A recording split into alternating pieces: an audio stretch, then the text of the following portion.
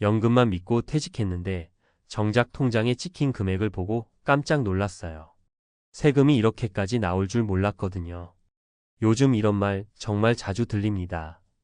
은퇴하고 연금을 받기 시작하면 한숨 돌릴 수 있을 줄 알았는데 웬걸 연금액은 생각보다 적고 거기서 또 세금까지 떼어가니 한숨만 깊어집니다.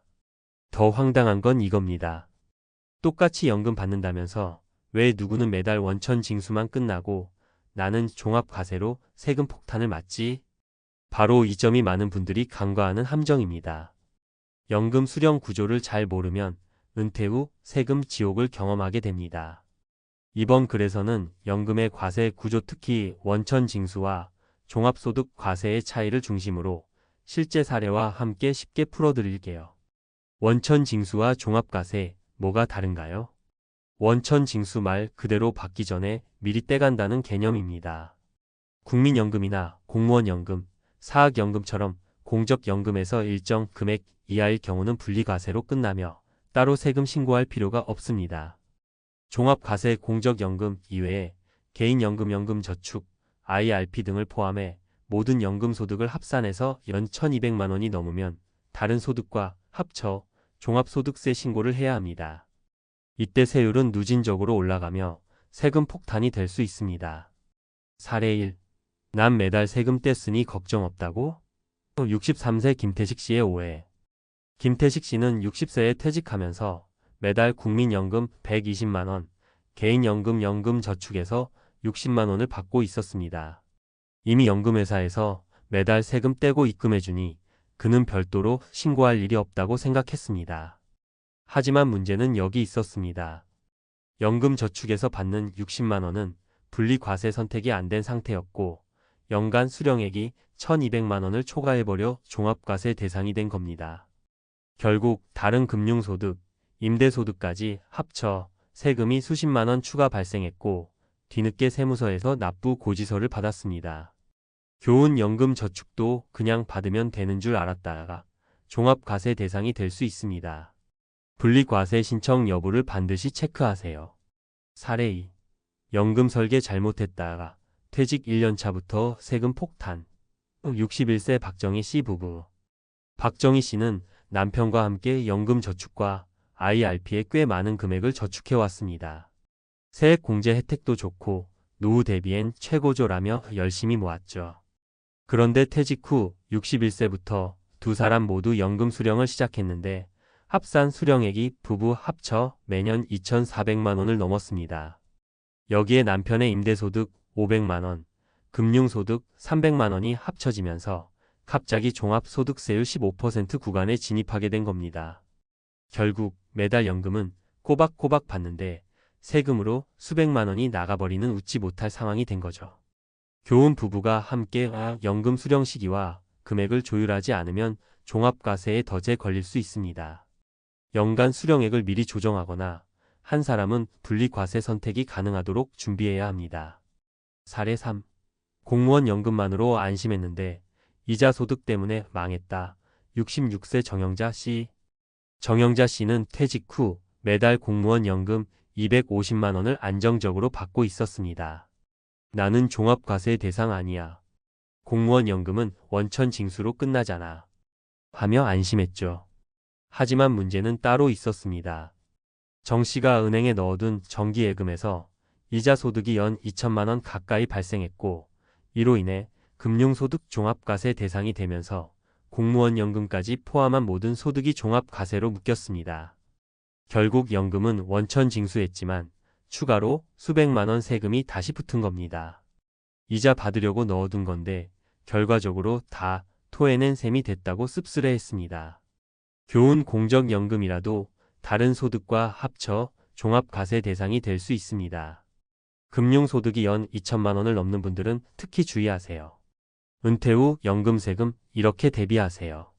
연금저축과 IRP는 분리과세 신청 가능 여부 꼭 확인.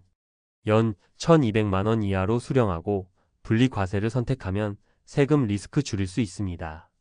연금 수령 시기와 금액을 분산하라. 부부간 연금 수령을 동시에 시작하지 말고 시기차를 두어 세금 누진 구간 진입을 막는 것이 유리합니다. 금융소득, 임대소득도 함께 고려하라. 연금만 계산하지 말고 전체 소득 구조를 파악해 종합소득세 구간을 관리해야 합니다. 마무리하며 퇴직하고 나면 고정수입이 생겼다는 안도감에 빠질 수 있지만 진짜 중요한 건 그 돈에서 실제로 내가 쓸 수 있는 금액입니다. 세금 때문에 그 금액이 매달 10만 원, 20만 원씩 줄어든다면 생활의 질이 크게 흔들릴 수밖에 없죠. 나는 세무 전문가도 아니고 복잡한 계산은 싫어요 라고 생각할 수 있습니다. 그래서 더더욱 지금부터라도 간단한 연금 과세 구조 정도는 꼭 알아두셔야 합니다. 그리고 연금 수령 시작 전 세무 상담을 통해 시뮬레이션을 해보는 것도 적극 추천합니다. 노후는 준비보다 설계가 더 중요합니다. 받는 것보다 남는 게 많은 연금 수령 전략, 지금부터 시작해보세요. 연금이 웬 세금 지옥? 원천 징수와 종합과세의 결정적 차이 알고 계십니까? 은퇴 후 연금을 수령하는 시기가 되면 많은 분들이 이렇게 생각합니다. 이제 고정소득이 생겼으니 세금 문제는 끝났다. 그러나 현실은 전혀 다릅니다. 같은 금액의 연금을 받더라도 누군가는 월별로 세금이 끝나고 다른 누군가는 연말에 수백만 원의 추가 세금을 내야 하는 차이가 발생합니다. 그 이유는 바로 연금소득의 과세 방식, 즉 원천 징수와 종합소득과세의 차이 때문입니다. 이번 글에서는 연금 수령자라면 반드시 알고 있어야 할 세금 구조를 중심으로 오해가 많은 부분과 실제 사례를 통해 퇴직 이후 세금 리스크를 어떻게 줄일 수 있는지를 명확하게 정리해드리겠습니다. 1. 연금소득의 과세구조 핵심은 총액과 소득 종류. 퇴직 후 받는 연금은 크게 두 가지로 나뉩니다. 공적연금, 국민연금, 공무원연금, 사학연금 등. 사적연금, 연금저축, IRP, 개인연금보험 등. 이 중 공적연금은 일정 수준 이하라면 원천 징수로 과세가 끝나며 별도로 종합소득세 신고를 하지 않아도 됩니다. 하지만 사적연금은 다릅니다. 사적연금은 연간 수령액이 1,200만 원을 초과하면 종합과세 대상이 되며 다른 소득의 금융소득, 임대소득 등과 합산하여 세율이 올라가는 누진과세가 적용됩니다. 따라서 총 수령액이 많아질수록 소득세율이 6%에서 15%, 24%까지 올라갈 수 있습니다. 이것이 바로 연금소득자들이 맞닥뜨리는 세금 지옥의 실체입니다. 2. 실제 사례로 본 연금세금의 오해와 실수. 사례 세금 이미 떼고 받았는데요. 분리과세 신청 안 한 63세 김씨. 김씨는 국민연금 120만 원, 연금저축에서 매달 60만 원을 수령 중이었습니다. 연금저축 수령 시 일정 금액의 세금이 원천 징수되니 신고는 따로 필요 없다고 생각했습니다. 그러나 연금저축의 연간 수령액이 720만 원, 국민연금과 합쳐 연 2,160만 원에 달하면서 종합과세 대상이 되었고 다른 금융소득까지 합산되며 종합소득세 수백만 원이 부과되었습니다. 분석 연금저축 IRP 수령 시에는 분리과세 신청 여부가 핵심입니다. 이를 하지 않으면 종합과세로 묶이게 되며 생각보다 큰 세금이 발생할 수 있습니다. 사례 부부가 연금 나눠 받았을 뿐인데 연금 합산 실수로 세금 폭탄 맞은 박씨 부부. 박씨 부부는 IRP와 연금저축에 각각 가입해 꾸준히 저축해왔습니다. 퇴직 후 두 사람 모두 연금 수령을 개시했으나 각자 연간 1,200만 원 이상을 수령하면서 부부 합산 총 2,400만 원이 넘었습니다. 여기에 남편의 임대소득 400만 원이 추가되며 예상치 못한 종합소득세가 발생했습니다. 분석 부부가 동시에 연금 수령을 개시하면 합산 소득이 누진세율 구간에 진입할 수 있습니다. 부부 중 한 사람은 수령 시점을 늦추거나 분리과세 신청을 통해 조정하는 전략이 필요합니다. 사례 공무원 연금은 과세 끝난 줄 알았는데 금융소득 때문에 종합과세 대상이 된 정 씨. 공무원 연금 수령자 정 씨는 매달 250만 원씩 받고 있었고 원천 징수로 세금은 끝났다고 생각했습니다. 하지만 예금이자 등 금융소득이 연간 2천만 원을 넘기면서 금융소득 종합과세가 적용되었고 공무원 연금까지 포함된 소득 전체가 종합소득세 신고 대상이 되었습니다. 분석 공적연금도 금융소득이 일정 기준 이상이면 종합과세 대상에 포함됩니다. 단순히 공무원 연금이라 괜찮다는 생각은 위험합니다. 3. 연금 수령 시 세금 리스크 줄이는 전략. 분리과세 여부 확인은 기본. 연금저축이나 IRP는 수령 개시 시점에 분리과세 신청 5.5% 세율을 선택할 수 있습니다. 이를 선택하면 해당 연금소득은 종합과세에서 제외되므로 전체 세금 부담을 낮출 수 있습니다. 연금 수령 시기와 금액 조정. 연금을 한 번에 많이 받는 것보다는 여러 연도에 걸쳐 분산 수령하거나 부부 중 한 명씩 시차를 두고 수령을 시작하는 방식이 종합소득세 누진 구간 진입을 막는 데 유리합니다. 다른 소득과의 연계 고려. 연금 외에 발생하는 금융소득예금, 펀드, 임대소득 등을 고려해 연간 총소득이 과세 기준 금액 1,200만원, 2,000만원 등을 넘지 않도록 조율해야 합니다. 결론 연금 수령, 세금까지 계산된 전략이 필요합니다. 은퇴 후 연금이 중요한 소득원이 된 지금 단순히 얼마 받느냐보다 중요한 건 얼마가 내 손에 남느냐입니다.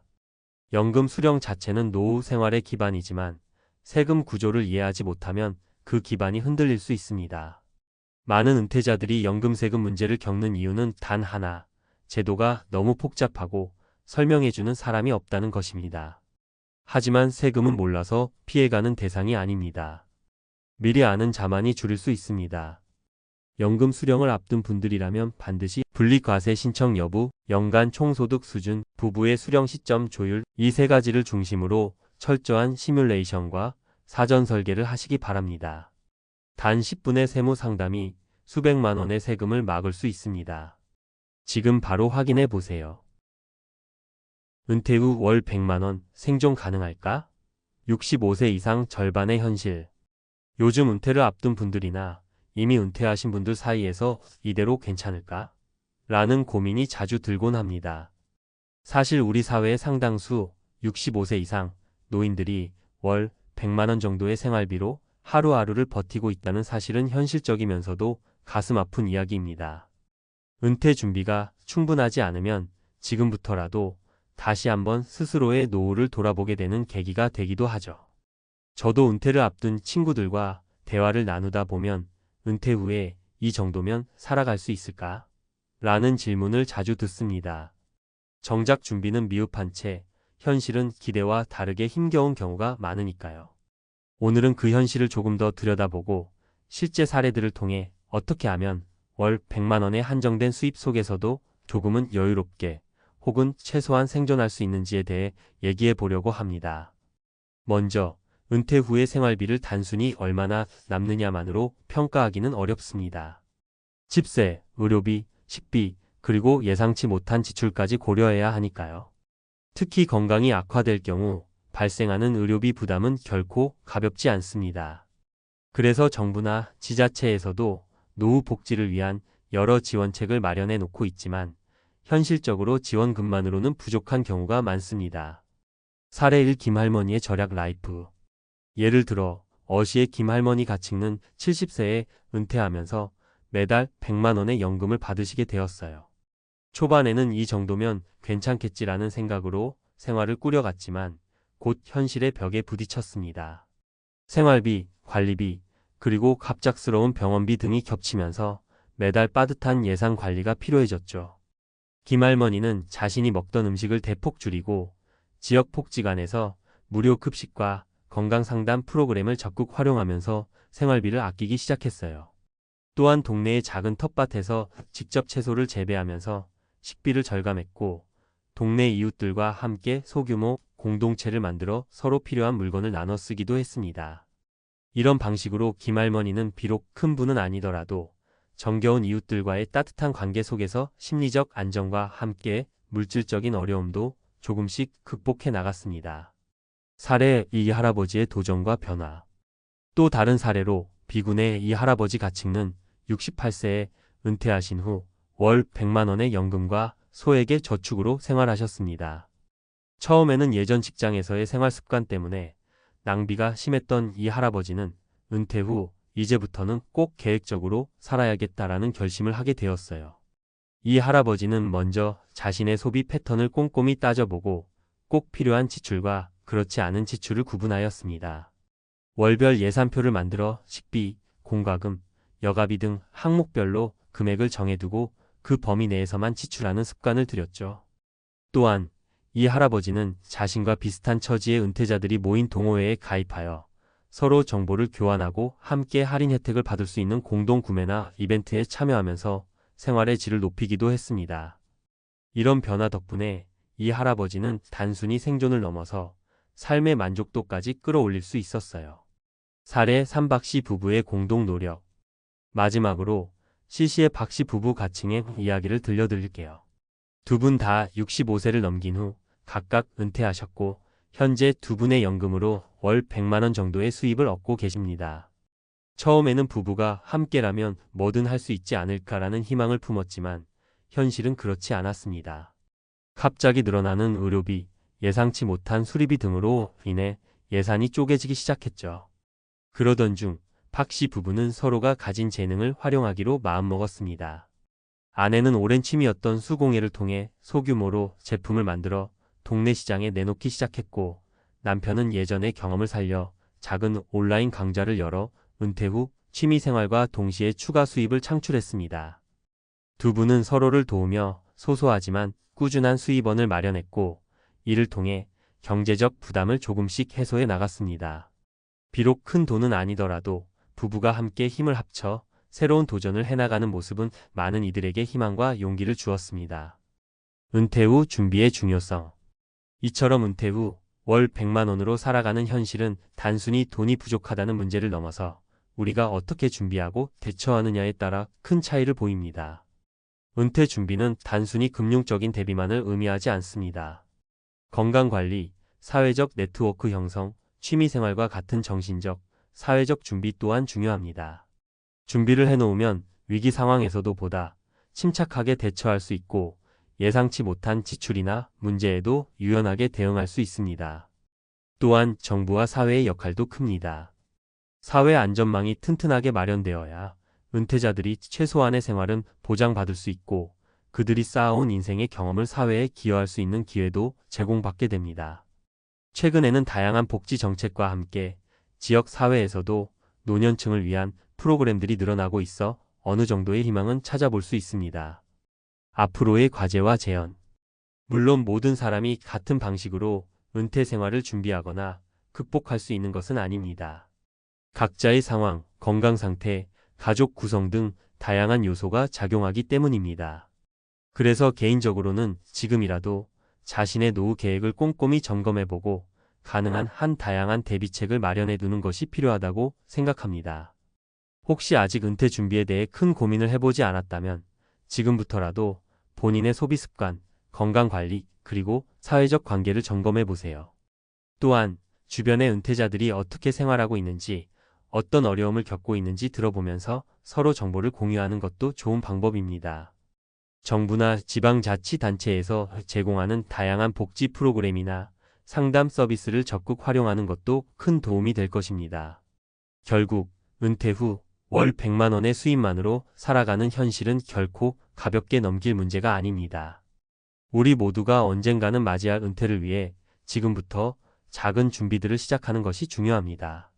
오늘 김할머니, 이 할아버지, 그리고 박씨 부부의 이야기를 통해 우리 각자가 자신의 노후를 조금 더 따뜻하게 그리고 안정적으로 만들어갈 수 있는 방법에 대해 다시 한번 생각해보는 계기가 되었으면 좋겠습니다.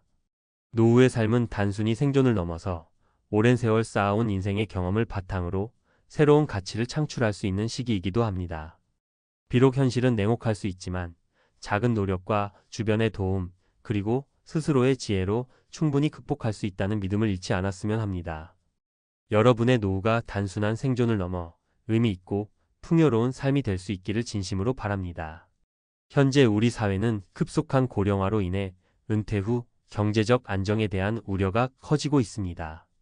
통계청과 여러 연구기관의 자료에 따르면 한국의 65세 이상 고령자 중 약 40%에서 50%가 상대적 빈곤 상태에 놓여 있으며 월 100만 원 이하의 소득으로 생활하는 경우가 빈번합니다. OECD 보고서에서도 한국의 노인 빈곤율은 선진국 중 최상위권에 속한다고 지적하고 있습니다. 이와 같은 현실은 단순히 개인의 준비 부족 문제를 넘어서 국가적, 사회적 구조의 문제로 이어지고 있습니다. 은퇴 후 생활비로 월 100만 원 정도의 수입만으로 기본적인 주거비, 식비, 의료비, 그리고 예상치 못한 비용들을 모두 감당하기란 여간 어려운 일이 아닙니다. 이러한 상황은 경제적인 측면뿐만 아니라 심리적 안정과 사회적 연결망에도 큰 영향을 미치게 됩니다. 앞으로 다룰 사례들을 통해 한정된 수입으로도 생존과 삶의 질을 높이기 위한 다양한 전략과 노력들을 살펴보겠습니다. 본론 1. 은퇴자의 경제적 현실과 그 원인. 한국은 지난 수십 년간 빠른 경제 성장을 이루었지만 그 이면에는 노후 대비 체계의 미비와 연금 제도의 취약함이 드러나고 있습니다. 국민연금 수령액이 생활비의 큰 부분을 차지하는 경우가 많으나 실제 수령액은 인플레이션과 의료비 상승, 주거비 부담 등을 고려할 때 충분하지 않은 경우가 많습니다.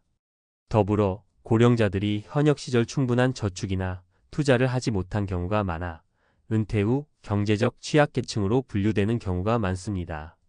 또한 정부와 지자체에서는 여러 복지 정책과 지원 제도를 운영하고 있지만 실제 현장에서 체감하기에는 제약이 많습니다. 이러한 구조적 문제는 개인이 스스로 재정 계획을 세우고 다양한 사회적 자원을 활용하도록 만드는 요인이 되고 있습니다. 2. 사례를 통한 실제적 대처 방안. 사례 1. 김할머니의 절약과 지역사회 네트워크 활용. 70대의 한 할머니가 친 김할머니는 퇴직 후 매달 100만 원의 연금으로 생활하고 있습니다. 초기에는 이 정도면 괜찮겠지라는 생각으로 생활했지만 곧 생활비, 관리비, 그리고 의료비 등 고정 지출과 예상치 못한 비용이 겹치면서 큰 어려움을 겪게 되었습니다. 김할머니는 이러한 현실을 극복하기 위해 다음과 같은 노력을 기울였습니다. 철저한 예산 관리, 매달 들어오는 수익과 나가는 비용을 세밀하게 기록하며 불필요한 지출을 줄였습니다. 지역 복지 서비스 활용, 동네 복지관에서 운영하는 무료 급식, 건강상담, 그리고 사회적 모임 등에 적극 참여하며 정서적 안정과 함께 일부 비용을 절감했습니다.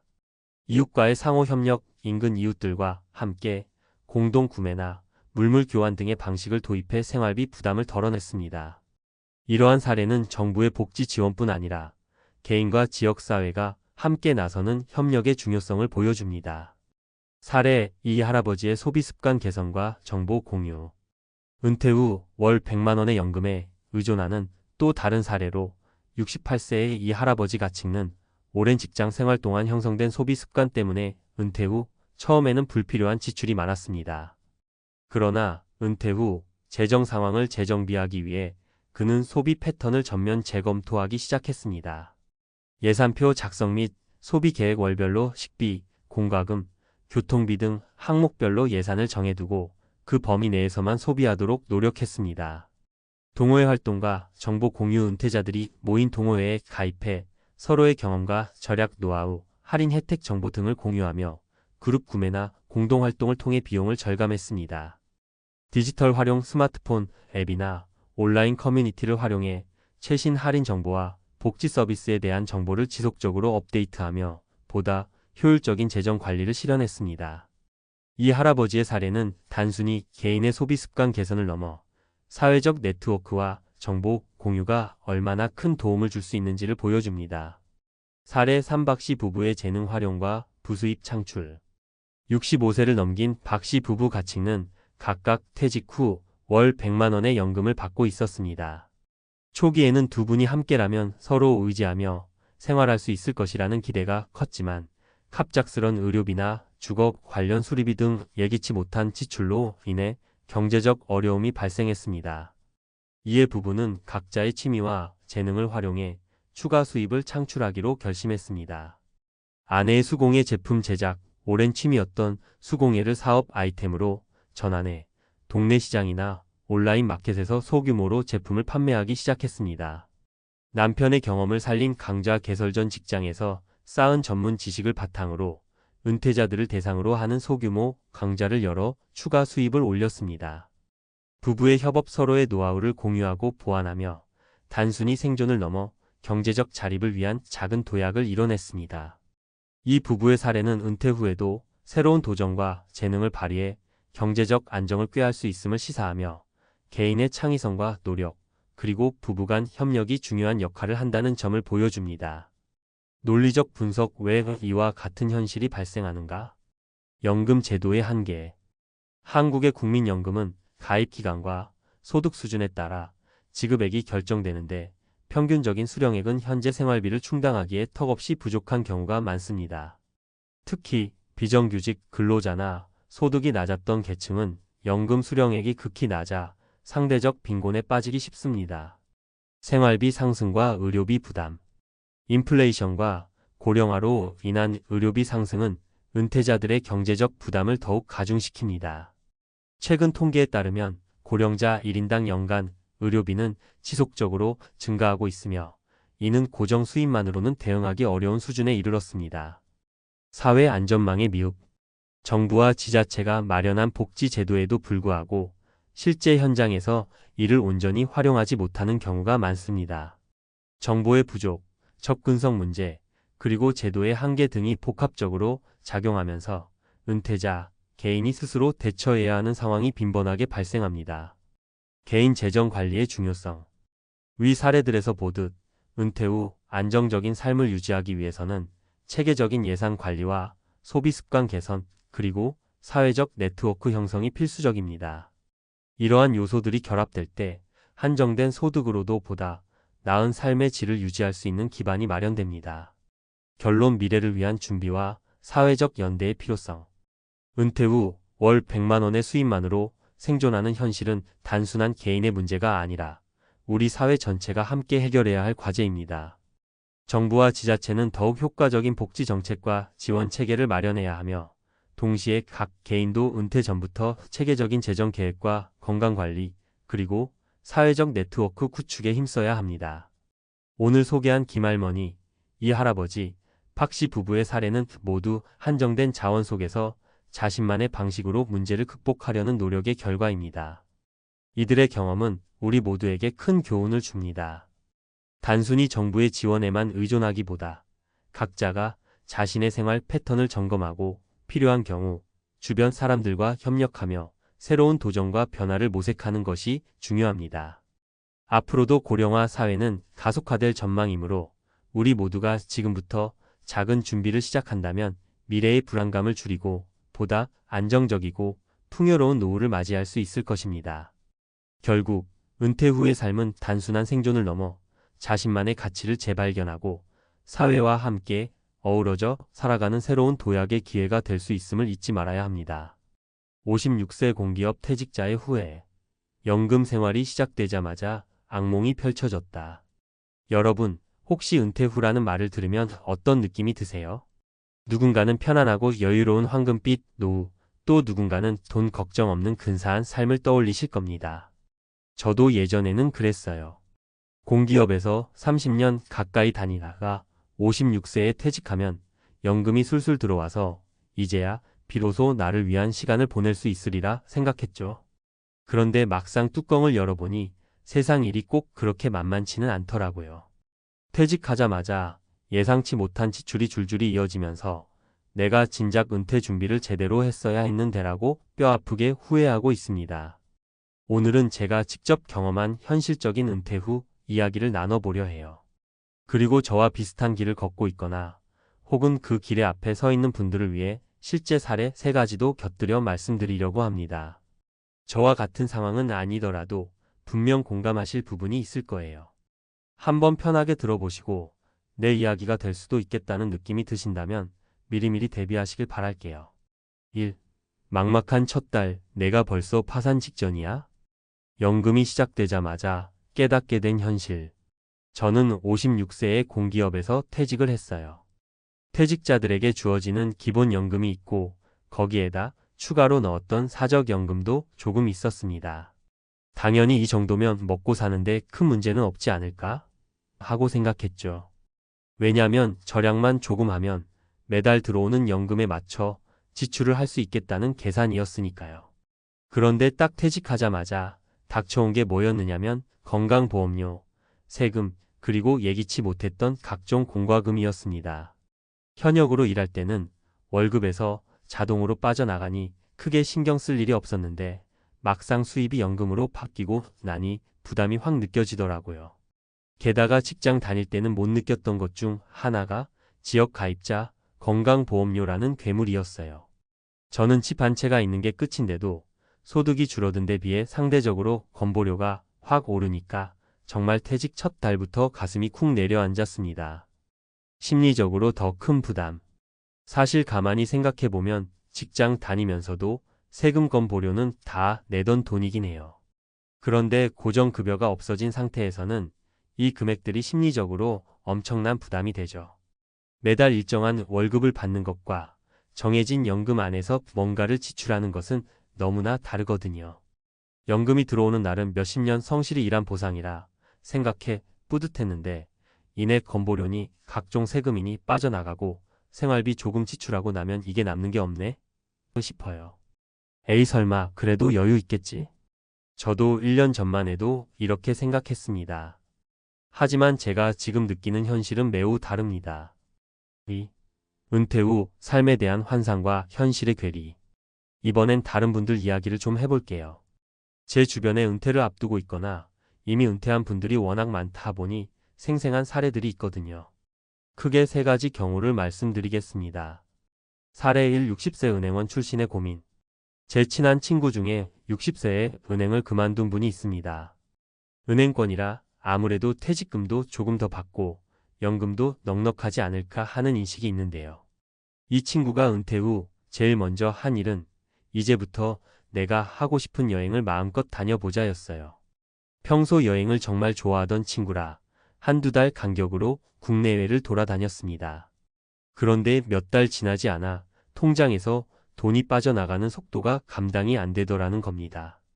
연금이 들어와도 세금 보험료 내고 고정 지출 빼고 나면 겨우 생활비나 맞춰지는데 거기다 여행 비용까지 쓰니까 금세 적자 나더라.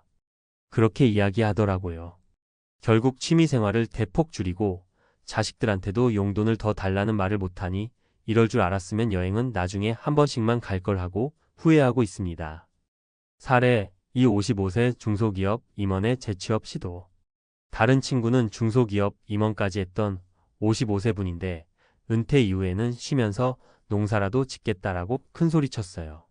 평소 건강도 챙기고 싶고 시골에 부모님 땅도 조금 있어서 시작했는데 문제는 생각했던 것보다 초기 비용이 많이 들고 수입이 거의 없는 상황에 빠졌다는 겁니다. 농사 자체가 취미 수준이라면 크게 문제가 없었겠지만 이분은 농업으로 어느 정도 수익을 올리겠다고 생각한 거예요. 결국 자금은 바닥나고 다시 재취업 기회를 찾으려고 하는데 막상 55세 넘은 나이에 월급도 예전처럼 기대하기 어렵습니다. 연금이 얼마 들어오지 않으니 당장 현금이 없으면 버티기 힘들다.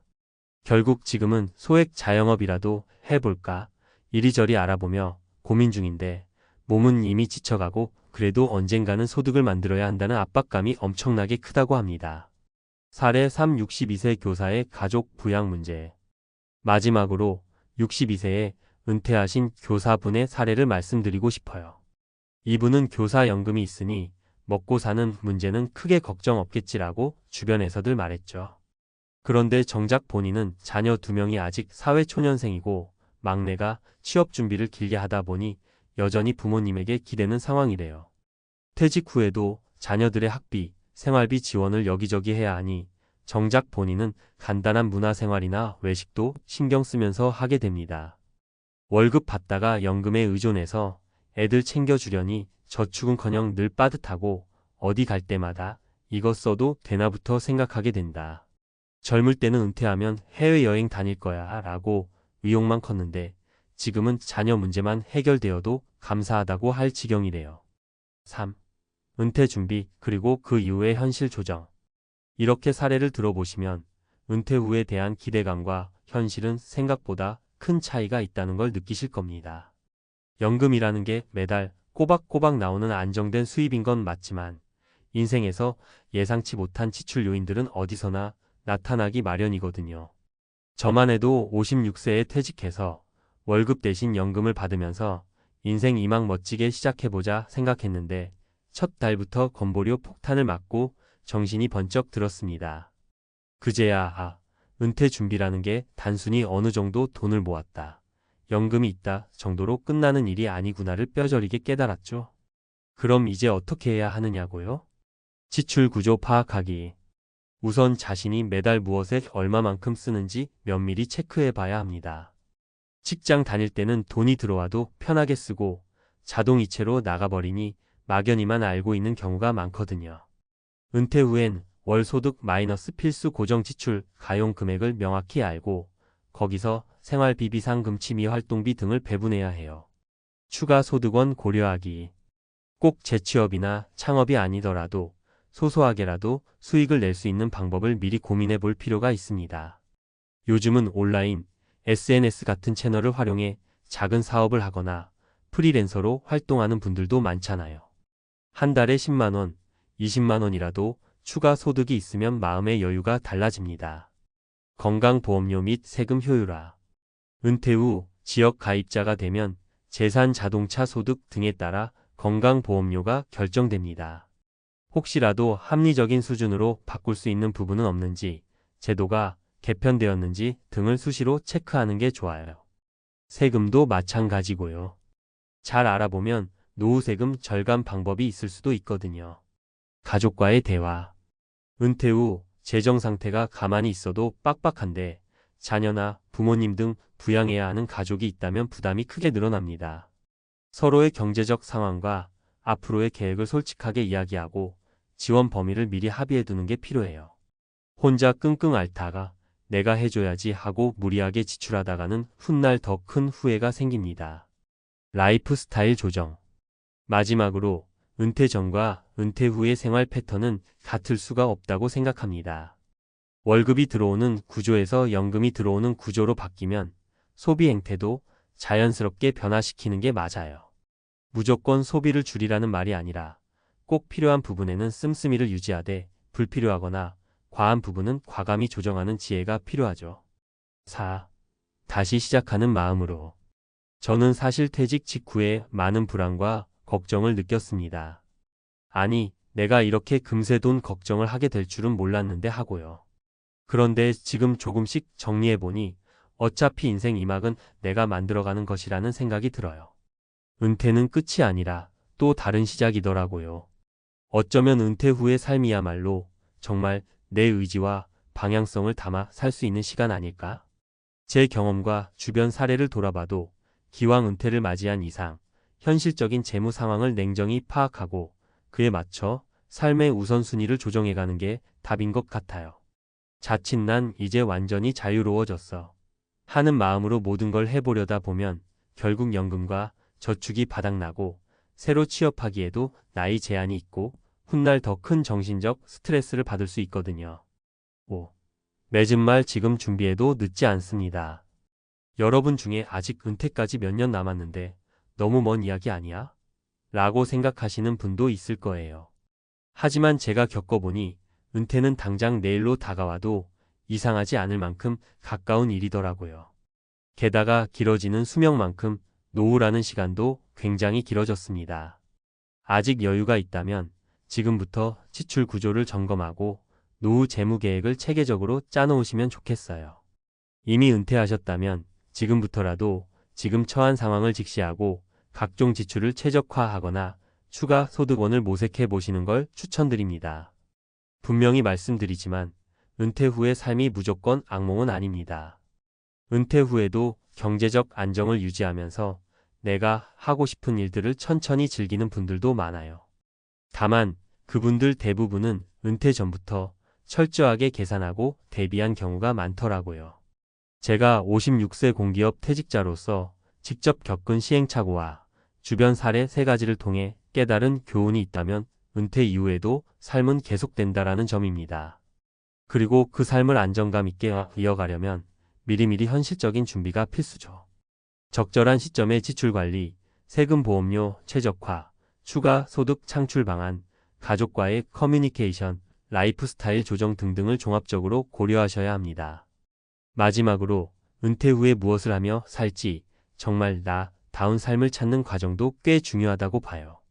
어찌 보면 은퇴 후가 진짜 내 인생의 주인공으로 살아갈 수 있는 시간일 테니까요.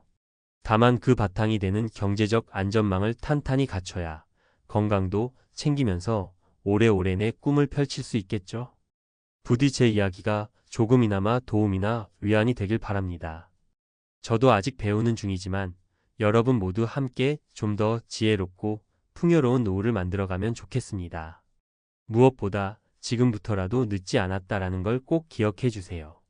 준비만 충분히 한다면 은퇴 후가 결코 악몽이 아니라 여러분의 새로운 시작점이 될 수 있으니까요. 감사합니다. 우리는 흔히 말합니다. 그래도 대기업 임원이면 노후 걱정 없지 않나요? 실제로 그렇게 생각하는 분이 많습니다. 회사에서도 가족 사이에서도 심지어 본인조차도 어느 순간 이렇게 착각하곤 합니다. 내가 이만큼 벌었는데 은퇴 후에도 괜찮을 거야. 하지만 실제 이야기를 들어보면 전혀 다른 현실이 펼쳐집니다. 화려했던 명함은 더 이상 통하지 않고 억대 연봉은 다음 달 생활비에 아무 도움이 되지 않으며 그 많던 사람들은 하나둘 연락이 끊기고 은퇴 후 대기업 임원 출신이라는 타이틀은 오히려 무거운 짐이 되는 경우도 많습니다. 이번 글에서는 전직 대기업 임원 3분의 실제 사례를 바탕으로 그들이 얼마나 벌었고 어떻게 퇴직금을 받고 어떤 은퇴 준비를 했는지 그리고 어디서 흔들렸는지를 풀어보려 합니다. 누군가는 말하겠죠. 부자 걱정해 줄 필요 있냐고. 하지만 이 이야기를 끝까지 읽고 나면 돈 많아도 은퇴는 준비가 필요하다는 진심이 마음에 와닿을 것입니다.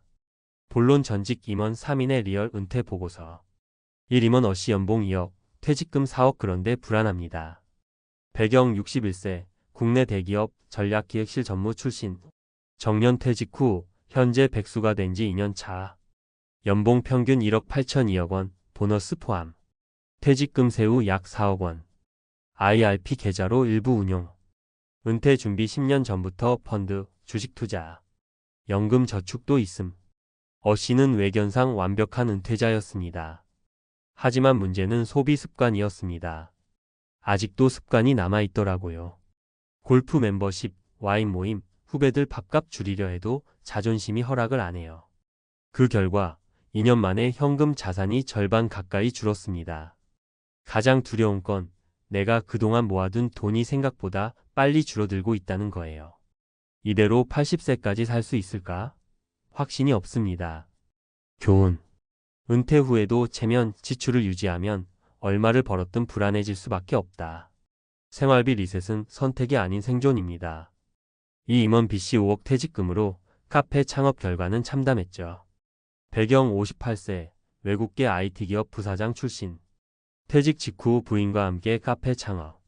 연봉 평균 2억 5천만 원, 스톡옵션 일부 매도 후 3억 수령. 퇴직금 세후 5억 원 이상. 이 중 2억을 창업에 사용. B씨는 그래도 뭔가는 해야겠다며 창업을 선택했습니다. 은퇴 직후 젊은 시절 꿈이었던 북카페를 열었죠. 문제는 경험 부족이었습니다. 컨셉도 좋고 인테리어도 멋졌어요. 그런데 사람이 안 왔어요. 운영 적자는 물론 부인과의 갈등도 커졌고 결국 1년 반 만에 폐업. 지금은 절반 날린 셈이라며 씁쓸한 웃음을 짓습니다. 은퇴 후에는 감정과 현실을 분리할 수 있어야 합니다. 난 직장에서는 전략을 짜던 사람이었는데 내 인생 전략은 감정으로 밀어붙였더라고요. 교훈. 하고 싶었던 일과 해도 되는 일은 다릅니다. 창업은 도전이 아니라 전쟁이며 은퇴자의 여유 자금은 안전망이 되어야 합니다. 3임원 CC 국민연금? 기대 안 했어요. 지금은 그게 살 길입니다. 배경 64세, 자동차 부품 대기업 임원 출신. 퇴직 후 3년 현재는 무직. 연봉 정점일 때 1억 5천, 퇴직금은 3억 초반. 은퇴 준비 자녀 유학, 결혼 비용 등으로 자산 대부분 소진. CC는 당시 국민연금에 큰 기대를 하지 않았습니다. 직장연금이 따로 있었으니까요. 근데 퇴직 후 2년 지나니 알겠더라고요. 꾸준한 현금 흐름이 이렇게 중요한지. 현재 그는 매월 130만 원의 국민연금을 받고 있습니다. 처음엔 그게 얼마냐고 했지만 지금은 그게 생활비 버팀목이에요. 자녀 지원에 전 재산을 쓴 그는 최근 주택연금도 고민하고 있습니다. 한때는 부동산도 있었는데 지금은 전세 사는 입장이 됐어요. 다 제 선택이었지만 조금 더 균형 잡힌 준비를 했으면 좋았겠죠. 교훈. 국민연금은 작은 돈처럼 보여도 은퇴 후 가장 안정적인 현금줄입니다. 정책 불신보다 중요한 건 내가 받을 수 있는 구조를 미리 세우는 일입니다. 전문가가 말하는 대기업 임원의 은퇴 리스크 3가지. 지출 습관을 바꾸지 못함. 수입은 줄었는데 소비는 예전 그대로. 특히 자존심 소비가 반복되면 금세 고갈. 막연한 창업 5 재취업 계획. 경험 없는 창업 실패율 70% 이상. 특히 하고 싶은 일을 할 수 있는 일로 착각하면 위험. 내가 은퇴자일 리 없다는 착각. 은퇴 후에도 계속 현업처럼 살 수 있을 거라는 기대. 그러나 현실은 명암 없는 삶에 대한 철저한 적응이 필요함. 결론 은퇴는 계급장이 아닌 계획력이 결정합니다. 대기업 임원, 억대 연봉, 해외 출장, 비즈니스 클래스. 이 모든 건 현역일 때의 이야기입니다. 퇴직 후에는 더 이상 경력이나 타이틀이 현금 흐름을 만들어주지 않습니다. 중요한 건 내가 얼마나 벌었냐 보다 내가 어떻게 준비했냐입니다. 성공적인 은퇴는 과거의 타이틀이 아니라 현재의 생활력과 설계력에서 나옵니다. 혹시 지금 이 글을 읽으며 그래도 난 다를 거야 라고 생각하신다면 한 번 더 점검해 보세요. 혹시나 하는 그 생각이 당신의 노후를 지켜줄 마지막 기회일지도 모릅니다. 그렇다면 임원 출신 은퇴자가 살아남기 위해 꼭 준비해야 할 4가지. 대기업 임원 혹은 전문직 고소득자는 오히려 은퇴 후 더욱 치밀한 준비가 필요합니다. 왜냐고요? 단순합니다. 그동안 누렸던 삶의 질을 유지하려면 일반 은퇴자보다 더 많은 자금과 전략이 요구되기 때문입니다. 1. 생활비 기준선 재조정. 생활 수준을 유지하고 싶다는 욕심은 누구에게나 있습니다. 하지만 수입이 끊기거나 확 줄어드는 시점에서 지출이 그대로라면 곧 무너질 수밖에 없습니다. 첫 해엔 고정 지출만 철저히 점검하세요. 특히 자동차 유지비, 고급 취미활동, 식비, 모임비, 여행비 등은 눈에 보이지 않는 큰 구멍입니다. 고정 지출 줄이기는 절약이 아니라 은퇴자의 생존 전략입니다. 이 퇴직금을 한 방에 쓰지 않는 설계. 많은 임원이 퇴직금으로 부동산, 자녀 결혼, 창업, 여행 등을 한꺼번에 처리하려다 자산을 급속히 소진합니다. 퇴직금은 단순한 돈이 아닙니다. 그것은 앞으로 벌지 못할 시간을 돈으로 바꿔 받은 것입니다. 최소 34단계로 나눠서 자산을 배분하세요. 생활비 계좌, 비상금 계좌, 투자용 계좌, 장기요양 대비 계좌 등 IRP와 연금 저축을 활용해 장기 현금 흐름을 만드는 구조화가 핵심입니다. 3. 일하지 않아도 흐르는 돈 만들기. 전직 임원이 실제로 가장 후회하는 한 가지는 이것입니다. 일을 멈춘 순간 돈도 멈췄다. 배당형 ETF, 월배당 펀드, 고정 수익형 부동산 등 작지만 지속 가능한 패시브 인컴 구조가 필수입니다.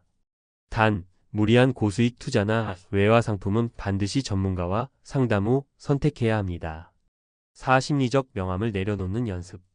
이건 숫자보다 더 중요한 문제입니다. 나는 대기업 임원이었다는 자의식은 은퇴 후 사람을 고립시키고 소비를 무르게 만듭니다. 또한 재취업이나 창업에서 현실과의 괴리를 크게 만들어 실패 확률을 높입니다. 명암 없는 삶에 익숙해지기 위한 사회적 거리 좁히기가 필요합니다. 은퇴자 모임, 지역활동, 봉사활동 등을 통해 나를 다시 연결하는 훈련이 중요합니다. 전문가 코멘트. 은퇴 이후에도 비즈니스 마인드는 유효하지만 그대로 적용하면 위험해진다. 김성훈 은퇴설계사 한국FP협회. 대기업 임원들은 대부분 구조와 전략에 익숙하지만 정작 자신의 은퇴 설계는 감정적으로 접근하는 경우가 많습니다. 특히 나는 다를 것이라는 생각이 위험합니다. 회사에선 누군가가 보고서를 주고 계획을 짜주지만 은퇴 후 인생은 스스로 기획해야 합니다. 퇴직 이후의 나를 CEO라고 생각하세요. 지금 필요한 건 인생 사업 계획서입니다. 마무리. 당신의 과거보다 중요한 건 당신의 다음 20년입니다. 연봉 2억, 퇴직금 5억, 외제차, 고급 식사, 출근 없는 일상. 이런 키워드들이 실제로는 은퇴 안정성과 상관없다는 사실, 이제는 많은 분들이 체감하고 있습니다. 오히려 그 화려함이 현실을 직시하지 못하게 만드는 가림막이 되는 경우가 많습니다. 퇴직 이후의 삶은 새로운 전쟁입니다. 이제 더 이상 내 커리어가 내 미래를 보장해 줄 거야 라는 믿음은 접어두셔야 합니다. 대신 지금 당장 지출 리셋, 자산 구조화, 현금 흐름 설계, 심리 훈련을 시작하세요. 그리고 가장 중요한 건 이 말을 꼭 기억하시길 바랍니다. 과거의 나로 살면 미래는 흔들립니다. 하지만 미래의 나를 준비한다면 그 어떤 경력보다 강한 노후를 가질 수 있습니다. 은퇴는 누구에게나 낯설고 어렵습니다. 하지만 화려했던 사람일수록 더 철저한 준비가 필요합니다. 지금 이 글을 읽고 있다면 이미 준비를 시작하신 겁니다. 이제 중요한 건 멈추지 않는 겁니다.